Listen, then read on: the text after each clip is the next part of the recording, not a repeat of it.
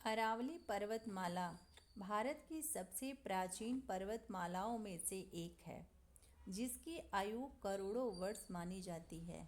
यह पर्वतमाला गुजरात से लेकर राजस्थान, हरियाणा और दिल्ली तक फैली हुई है।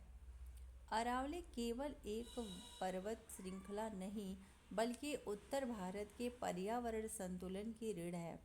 इसकी प्रमुख विशेषताओं में वर्षा जल का संरक्षण, भूजल रिचार्ज, रेगिस्तान के विस्तार को रोकना, जैव विविधता की रक्षा और वायु प्रदूषण को नियंत्रित करना शामिल है। हाल के वर्षों में विकास के नाम पर अरावली क्षेत्र में खनन, रियल एस्टेट परियोजनाएं, सड़क निर्माण, औद्योगिक विस्तार और अवैध कटान बढ़ा है।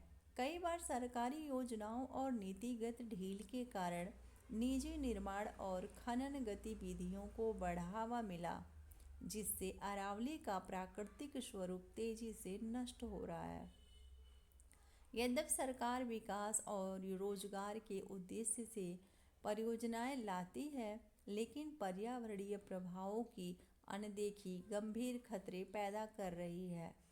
अरावली के नष्ट होने से सबसे बड़ा खतरा जल संकट का है। यह पर्वतमाला वर्षा जल को रोककर भूजल स्तर बनाए रखती है।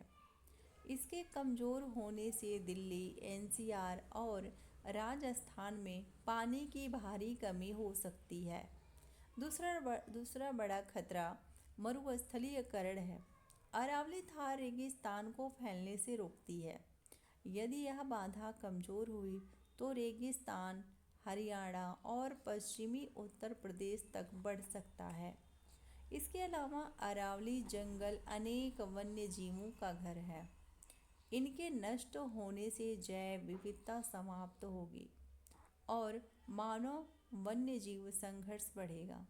वायु प्रदूषण भी बढ़ेगा, क्योंकि अरावली दिल्ली एनसीआर के लिए एक प्राकृतिक ग्रीन वॉल की तरह काम करती है।